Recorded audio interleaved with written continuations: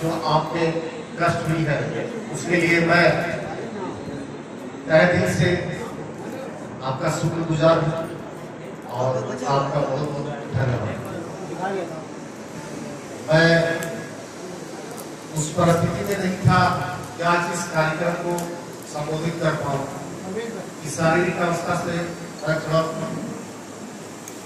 बीमार था, फिर भी हमने जो मुहिम चलाया है उसके लिए हमें आना अनिवार्य था। आज हमारे साथ जो हस्तियां उपस्थित हुए हैं, जो मां बहन खाजा नहीं जमुई के सोशल कार्यकर्ता डॉक्टर श्रीमती आसवान जी उपस्थित है, उन्हें मैं दिल से धन्यवाद देता हूं, क्योंकि उनकी व्याख्या मैंने जो आप लोगों से सुना, हमें लगता है कि आप सभी को उनसे सीख लेने की अति आवश्यकता है।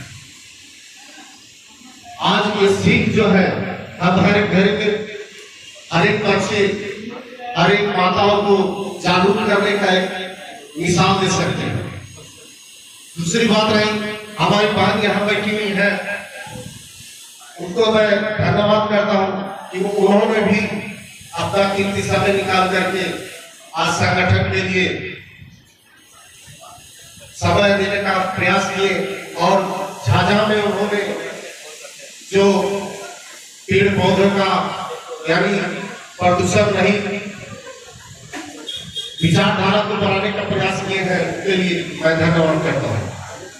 मैं धन्यवाद करता हूँ मीडिया प्रभारी पत्रकार भाइयों का, जो सुबह से संगठन के कार्यक्रम को सफल बनाने में समय अपना देने में उपस्थित हुए हैं। मैं दिल से उनका शुक्रगुजार हूँ। साथ ही मैं ज्यादा कुछ नहीं बोल पाऊंगा,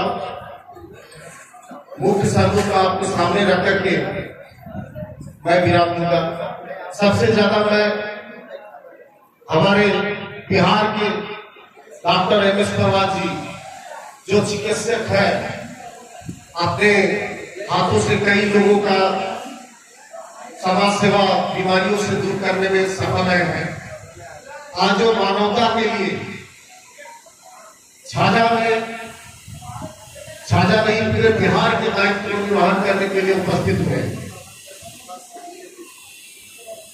और उनके साथ देने में बिंदु जी है, उमेश जी है, राहुल जी है और डिफेंडर के सभी कार्यकर्ता जो इस कार्यक्रम को सफल बनाने में अपना योगदान दिए हैं, मैं दिल से उन्हें धन्यवाद शुक्रगुजार होऊंगा।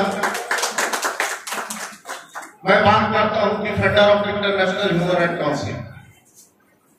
डॉक्टर साहब ने कहा कि डॉक्टर डी के साहब कोई मिसाल नहीं। मैं आप ही के स्तर, आप ही की जमीन से एक साथ बढ़ करके मनुष्य जाति में हम मिला, मानव धर्म है हमारा, तो हमारा कर्तव्य है कि मानव का संरक्षण करें। हमारा धर्म है कि मानव का उनके आंसुओं का पूछना। उस पहल को मैंने शुरुआत किया और 22-23 साल से हमारा ये संगठन काम पर उतारू है और आज इस मुकाम पर उनके पूरे भारत में कई लोगों को मैंने मदद करने में सक्षम होता है। आप देखते होंगे 1947 में देश स्वाधीन हुआ था। उस समय के लोग अपने घर परिवार बच्चों के लिए ब्रिटिशों के चाबुक, तलवारों, गोलियों के क्षण से अपना जीवन दान दे देते थे। देश की आजादी, झंडे के तिरंगे को सम्मान रखने के लिए अपना जीवन दान दे देते थे। लेकिन आज की परिस्थिति है 2023, आज उसका विपरीत पूरा उल्टा आज चल रहा है कि लोग आज देश के प्रति जो भावना 47 से पहले था उसका पूर्ण विपरीत हो गया। हमें सचेत होना भी आवश्यक है अपने अधिकार के लिए, अन्यथा जो ब्रिटिश ने कर दिए थे उनके आज भी सलाहकार है जिसके सुंदर में हम फंसे हुए।